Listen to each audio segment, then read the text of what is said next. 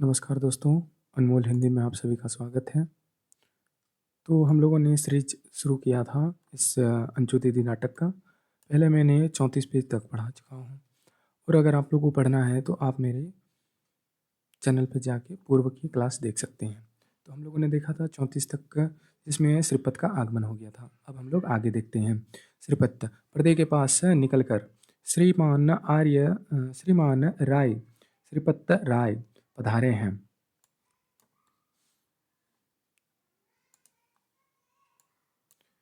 सब चौंकते हैं।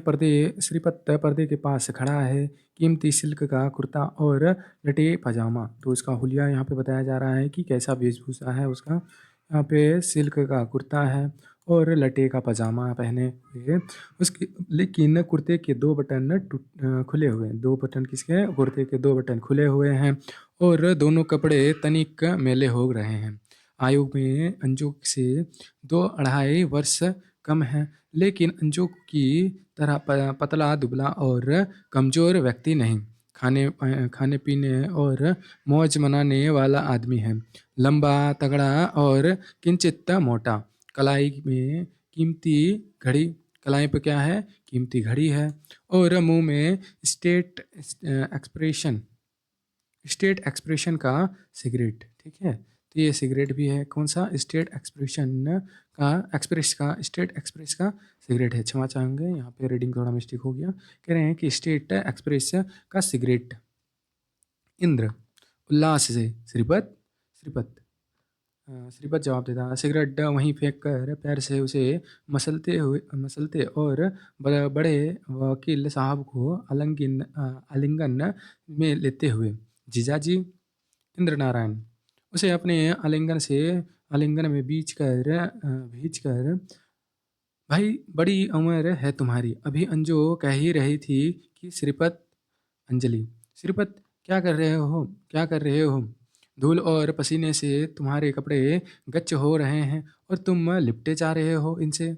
चलो नहा लो, कपड़े बदलो। सामान कहाँ है तुम्हारा?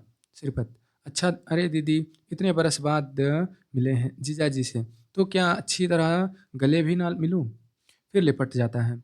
कहिए जीजाजी, कैसे मिजाज है हुजूर के? कसम आपकी, युग बीत गए आपको देखे। कहिए, वकालत का क्या हाल है? सूरत से तो कसम आपकी, सूरत से क्या बोल रहे हैं कि सूरत से कसम आपकी, आप जज दिखाई देते हैं। फौजदारी के वकील अलग होकर एक दृष्टि वकील साहब पर नख से सिक्क तक डालकर सिर हिलाते हुए, रत्ती भर नहीं अंजू दीदी ने शायद। अंजलि चाय ठंडी हुई जा रही है, चलो नहा लो, फिर बातें करना। सामान यहाँ है तुम्हारा। श्रीपत सामान ही कौन सा है? बिस्तर पड़ा है बाहर बरामदे में। अंजलि सामान नहीं लेकिन। श्रीपत अरे आजकल सामान ना साथ लेकर चलने के दिन हैं। अंजलि पर कपड़े? श्रीपत एक अचकन कुर्ता, एक अचकन कुर्ता पजामा और एक अचकन कुर्ता और पजामा होगा, सो बिस्तर में बंद है। अंजलि नौकर को आवाज़ देती है, राधु राधु राधु बाहर से। जी मैम साहब। अंदर आकर, जी जी। अंजलि बाहर बरामदे में इनका बिस्तर पड़ा है, उठा लाओ। बाथरूम में नया तौलिया और साबुन रख दो। अलमीरा में साबुन की नई टिकिया ले लो, ये नहाएंगे। श्रीपत तुम भी बस से दीदी, अभी चला आ रहा हूँ, पसीना तक सूखा नहीं और तुमने नहाने का नादिर शाही हुक्म, कौन सा हुक्म? नादिर शाही हुक्म जारी कर दिया। कुर्ता उतार कर साथ की कुर्सी पर फेंक देता है। जरा पंखा तेज कर दो दीदी, इंजन के धुएं से धूल और पसीने से मिलकर। अंजलि अरे रे रे रे, क्या कर रहे हो श्रीपत? तुम्हें शर्म नहीं आती? देखो यहाँ अन्नो बैठी है और तुमने कुर्ता उतार कर फेंक दिया। नंगे बदन तुम्हें यहाँ बैठे। श्रीपत अरे दीदी, तुम तो फिजूल की गृहस्थी की चक्की में अपना माथा फोड़ रही हो। तुम्हें तो सेना के कप्तान, कहाँ पे? सेना में कप्तान का छोटी मोटी लेफ्टिनेंट हो जाना चाहिए। इंद्र नारायण हिंदुस्तानी सेना में अभी औरतों को लेते नहीं, वरना। अंजलि अपने पति को एक आग्नेय दृष्टि डालकर श्रीपत से, शिष्टाचार तो तुम्हें छू भी नहीं गई, शिष्टाचार तो तुम्हें छू भी नहीं गई। अन्नो बैठी है और तुम, श्रीपत कुर्सी खिसकाते हुए, इस समय तो मैं कुर्सी पर बैठ रहा हूँ, तुम पंखा जरा तेज कर दो दीदी, यह पसीना ना सूखेगा तो मैं नहा ना सकूँगा।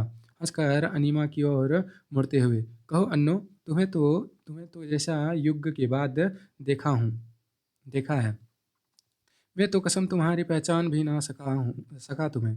सच कहना, क्या चंद मिनट इन पंखे के नीचे मेरे बैठने पर तुम्हें कोई आपत्ति है? अंजलि की आग्नेय दृष्टि को लक्ष्य करके, अरे दीदी ऐसे देख रही है मानो मैं कोई भारी अपराध कर रहा हूँ।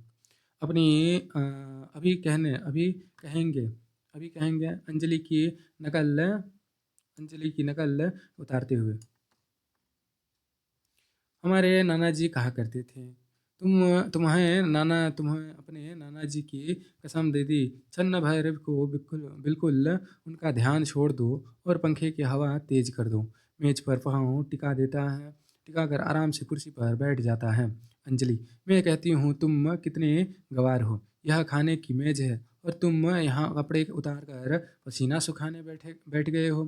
कोई हम कोई हद भी है बदतमीजी की। नाना जी कहा करते थे, श्रीपत की कि श्रीपत बेहद गंवार आदमी है। ये अपने आप को ही गंवार बोल रहा है। कौन? श्रीपत। खाने की मेज पर बैठकर पसीना सुखाता है।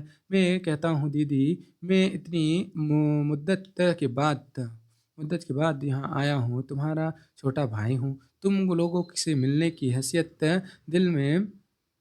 हरकत दिल में लिए हुए ना जाने कब से इस महान भारत के नगर नगर भटक रहा हूँ, और तुम्हें मेरा पल भर को भी यहाँ बैठना नहीं सुहाता।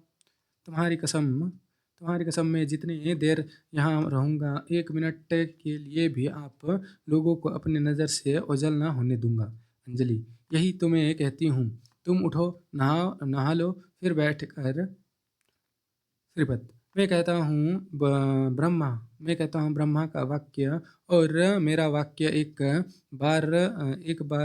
बराबर है। तो ये इम्पोर्टेंट है, याद रखिए। क्या करें मैं, ब्रह्मा का वाक्य और मेरा वाक्य एक बराबर है।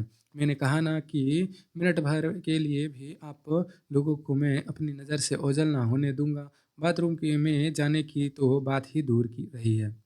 अंजलि हताश भाव से, ठंडी हो गई चाय तुम्हारी बातों में। श्रीपत, फिर गर्म हो जाएगी। नौकर को आवाज़ देता है, राधु, ओ राधु।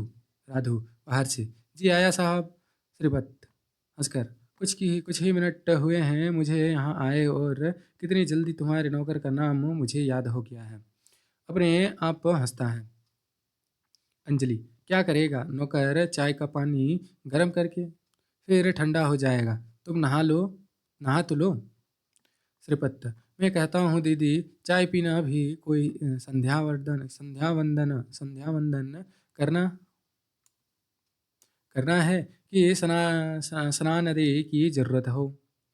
जरा गरम गरम चाय का एक कप पिलाओ, जान में जान आए, नहाने की भी देखी जाएगी। ये श्रीपत का कथन था। अंजलि घड़ी की ओर देखते हुए खींचकर, मैं कहती हूँ नाश्ते का समय कब का हो गया और तुम हो कि। श्रीपत, यही तो कहता हूँ, बस झटपट नाश्ता कर लिया जाए।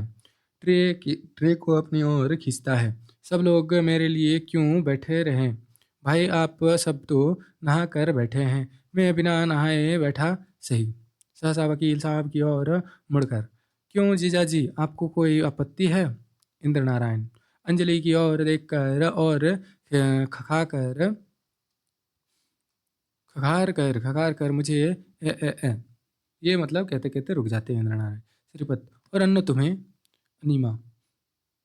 अनीमा अंजलि की ओर देखकर झिझकते हुए, मैं श्रीपत, तो लाइए चाय पी जाए। मुझे आप सबका कसम सचमुच बड़े जोरों से भूख लगी है।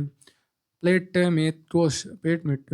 में टोस्ट उठाकर उस पर छुरी से मक्खन लगाते और खाते हुए, और नहाने में मुझे कम से कम 1 घंटा लग जाएगा। मेरी आदत है कि या तो मैं नहाता ही नहीं और नहाता हूँ तो महीनों की कसर एक ही दिन में निकाल देता हूँ। आप सब लोग बैठे रहेंगे मेरे लिए? इंद्र नारायण राधु से, जो इस संभाषण में चुपके से आ रहा हाथ बांधे आदेश की प्रतीक्षा में खड़ा है। राधु, जरा चाय का पानी और लाओ, गरम गरम, यह तो ठंडा हो गया।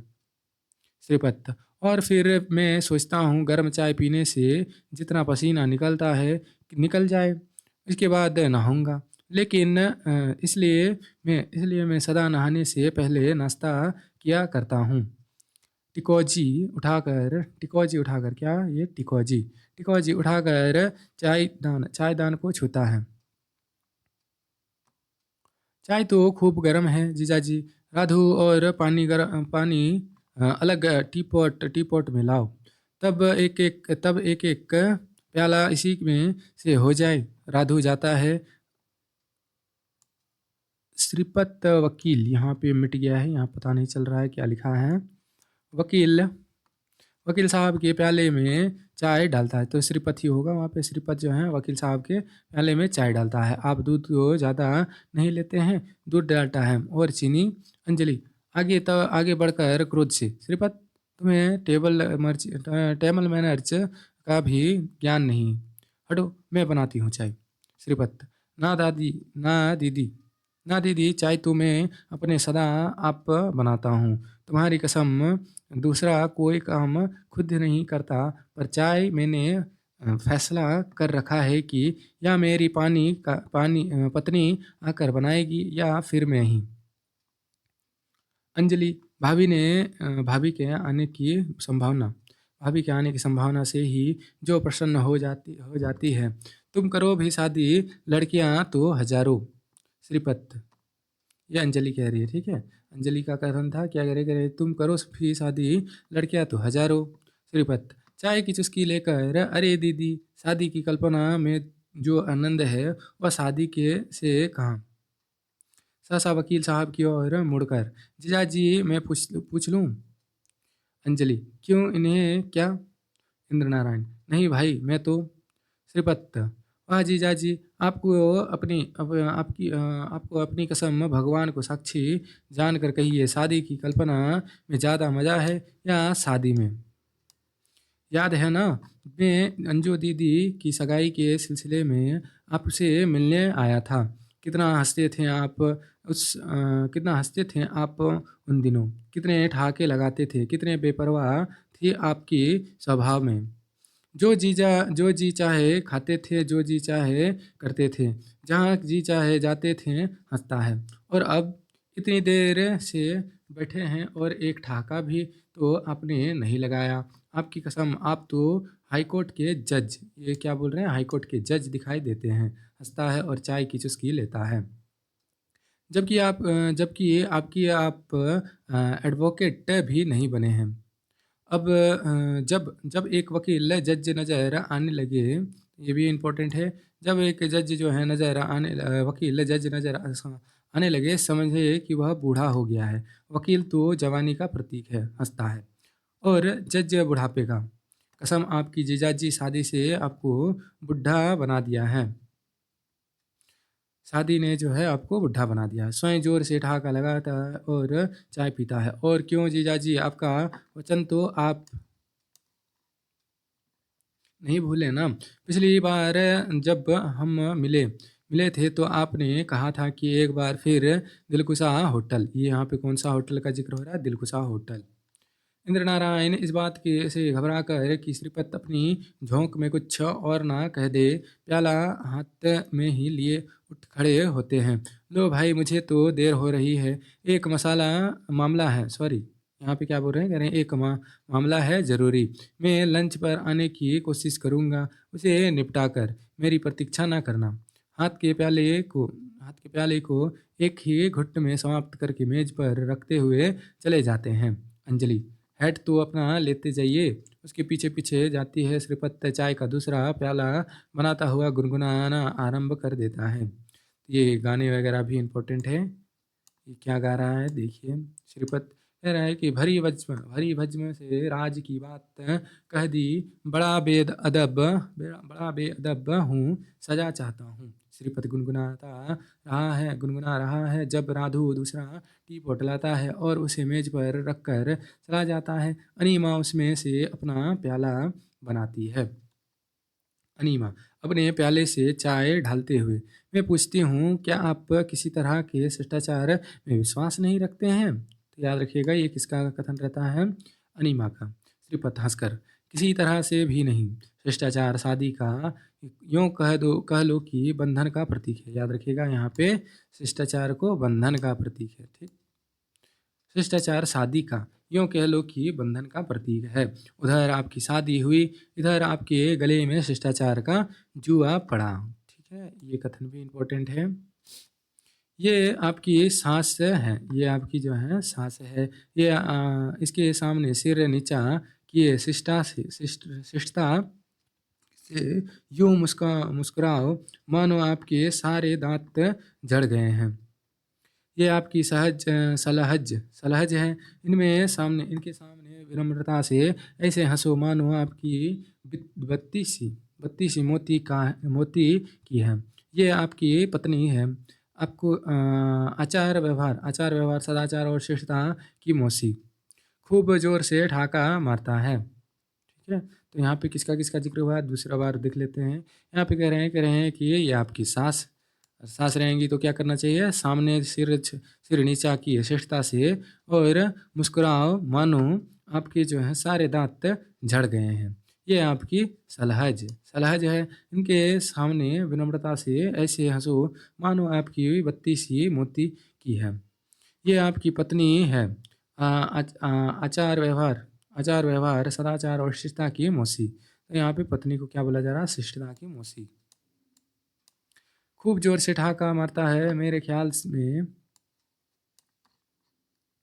ख्याल में आचार व्यवहार के सभी कानून कायदे शादीशुदा लोगों के अधेड़ दिमागों का उपज है। याद रखिएगा ये इंपॉर्टेंट कथन है।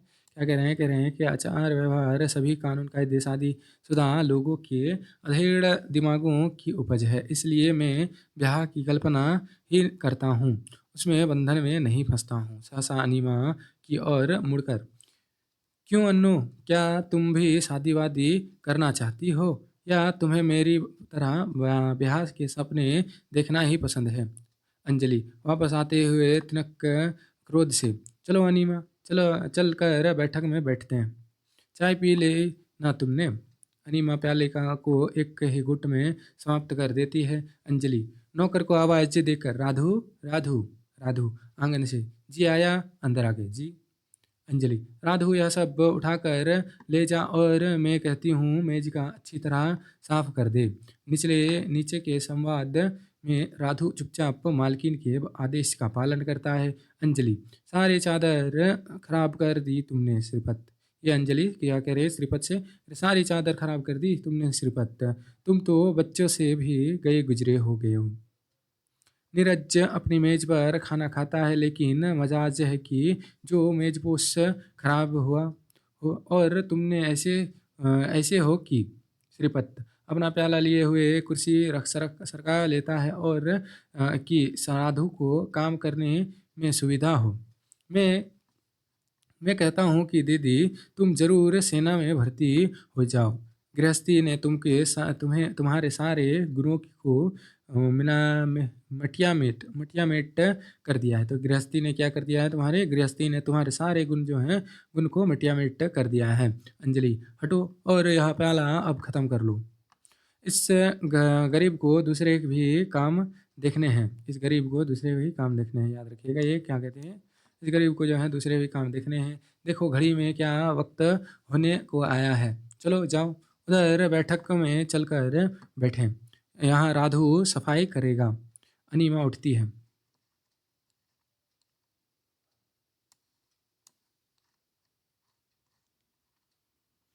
श्रीपत तुम चलो, मैं जरा यहीं आराम करूंगा। गरम गरम चाय पीने से पसीना आ रहा है और पंखे की हवा बदन में ठंडी ठंडी सरसराहट पैदा कर रही है। तुम्हारी कसम, मैं तो यहीं से उठकर स्वर्ग में भी ना जाऊं। अंजलि, पंखा तो उधर भी है। श्रीपत, पर मुझ में उठने की ताकत नहीं। अंजलि, हम तो जाते हैं, तुम बैठो यहाँ जितने देर तुम्हारी इच्छा। राधु सामान उठाकर चला जाता है। श्रीपत कुर्ते की जेब में से सिगरेट निकाल कर मुंह में रखता है, लेकिन दियासलाई सदा शायद उसके पास नहीं है। पुनः जेब टटोलता है, फिर राधु को आवाज़ देने वाला होता है कि नीरज कमरे के दरवाजे से प्रवेश करता है। तो ये नीरज का यहाँ पे एंट्री हो गया। नीरज 10 वर्ष का, कितना, 10 से 11 वर्ष का, नीरज 10 से 11 वर्ष का बच्चा है। नीली बुरशत, सफ़ेद निक्कर, ये नीली बुरशत पहनता है और सफ़ेद निक्कर पहने, सुंदर, सुकुमार और सुसंस्कृत, लेकिन चेहरा उसका गंभीर है। बाल सुलभ चंचलता का वह सर्वथा अभाव है। उसकी चाल उस बछड़े बछड़े की सी है जिसने गले में बंधी रस्सी के साथ समझौता कर लिया हो। नीरज, मामा जी नमस्ते। श्रीपत, अखड़हर, भांजे साहब हैं। नमस्ते नमस्ते, कहो नीरू बेटे, नीरज ही हो ना तुम? नीरज, जी मामा जी। श्रीपत, उससे बाहों में उठाकर, अपने मामा जी के लिए दिया सलाई की डिबिया तो लाओ बेटा। नीरज, अभी लाया मामा जी। श्रीपत उसे उतार देता है। ठीक है, श्रीपत उसे उतार देता है। वह दिया सलाई का डिबिया लेने पर्दे के पीछे रसोई की और भाग जाता है। श्रीपत फिर कुर्सी पर बैठकर टांगे मेज पर रख लेता है, जिसे अभी राधु साफ करके गया है, और कुर्सी को झुलता झुलता हुआ गुनगुनाता है।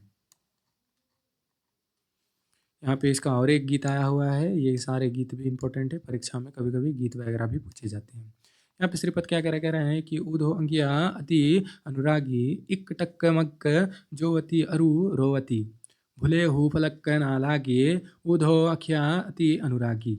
नीरज दिया सलाई की डिबिया लेकर आता है, कुछ क्षण खड़ा गाना सुनता है, फिर आगे बढ़ता है। नीरज, लीजिए मामा जी। लाओ बेटे। नीरज दिया सलाई देकर आदर से एक और खड़ा हो जाता है।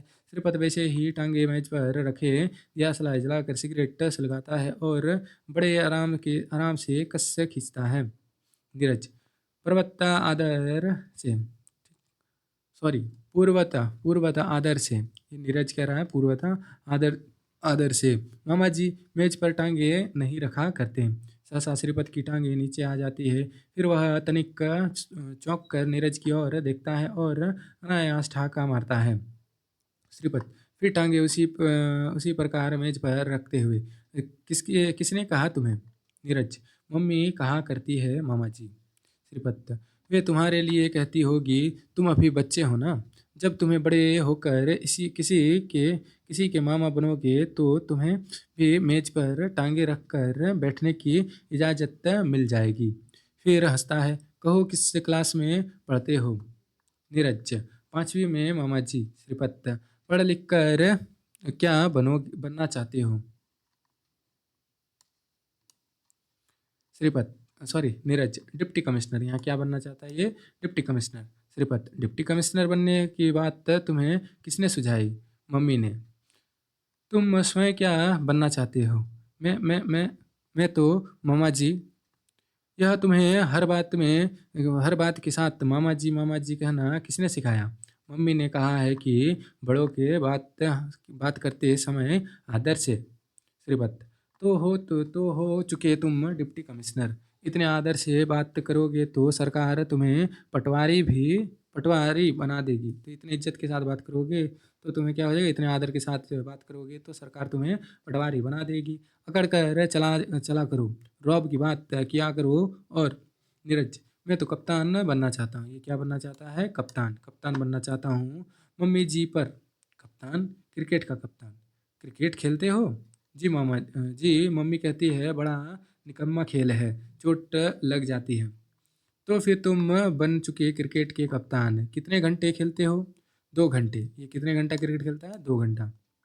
और कितने घंटा पढ़ते हो? 6 घंटा। तो पढ़ता है 6 घंटा और खेलता है 2 घंटा।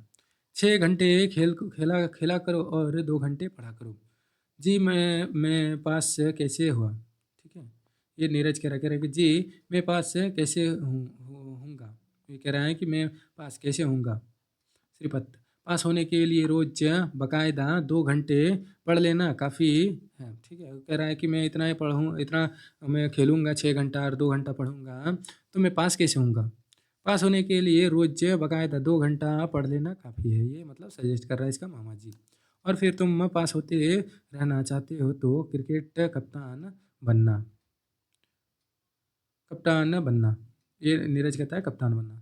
तो आओ तो जाओ, रोज 2 घंटा जमकर पढ़ा करो और 6 घंटा डट कर खेला करो। तुम्हारी मम्मी जी दुआ करती है कि भगवान ने चाहा तो बड़े होकर तुम अवश्य क्रिकेट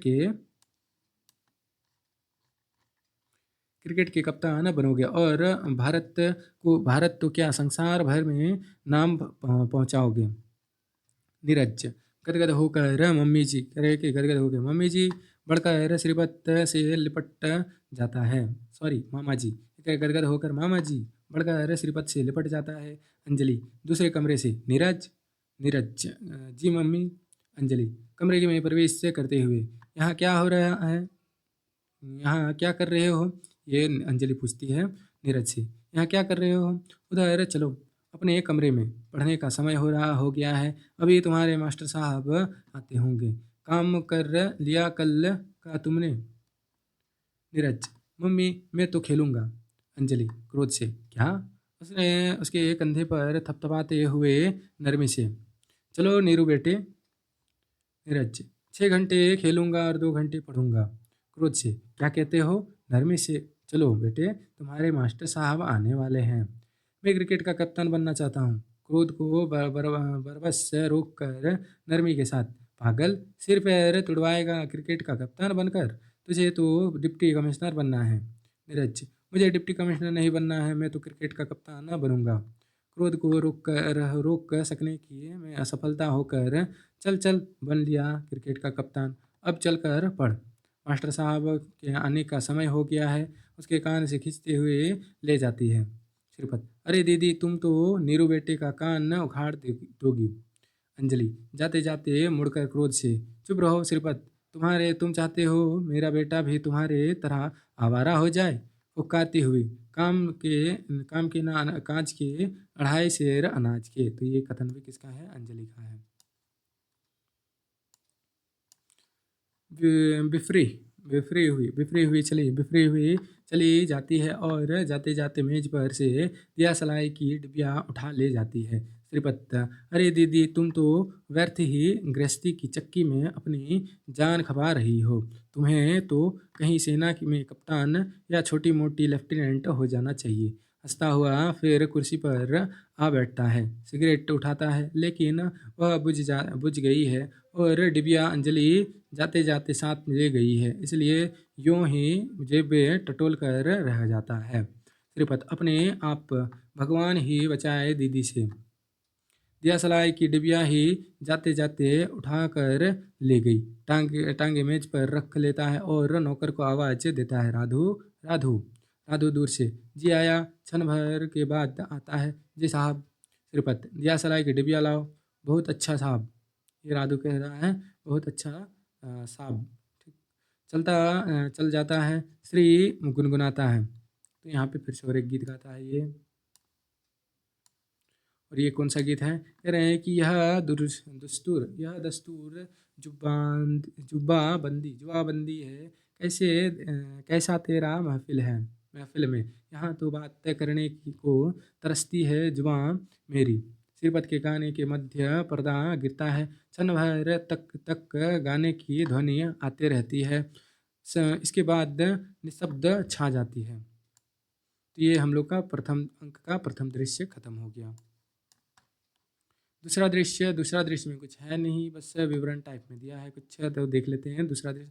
प्रथम अंक का दूसरा दृश्य, प्रथम अंक का दूसरा दृश्य में क्या कह रहे हैं कि कुछ क्षण बाद पर्दा फिर उठता है। श्रीपत खाने की मेज पर जूतों समेत सोया हुआ है। तो ये जूतों समेत सोया हुआ है, किसमें, ये जो है मेज पर सोया हुआ है। ठीक,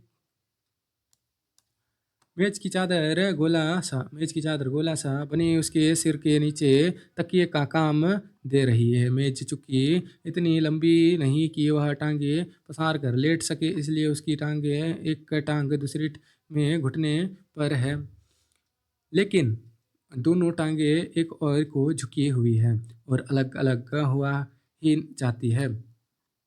मेज के पास फर्श पर एक आधा जला सिगरेट पड़ा है। घड़ी में 12 बज रहे हैं। तो कितना भी घड़ी में बज रहे हैं? 12 बज रहे हैं। पर्दा फिर गिरता है। तो हम लोगों ने प्रथम अंक का प्रथम दृश्य और द्वितीय दृश्य जो है हम लोगों ने ख़त्म कर लिया है। तृतीय दृश्य से हम लोग बाकी आगे कंटिन्यू करेंगे। ठीक है, तो मेरे ये शुरुआती क्लासेस हैं, मैं इसको पढ़ रहा हूँ। मेरे पाठन में कुछ त्रुटियाँ होंगी, मुझे ज़रूर पता है, तो इसके लिए मुझे क्षमा कर दीजिएगा। मैं धीरे धीरे इसमें सुधार करते रहूँगा। ठीक है, सुनने के लिए, जुड़ने के लिए आप सभी का धन्यवाद।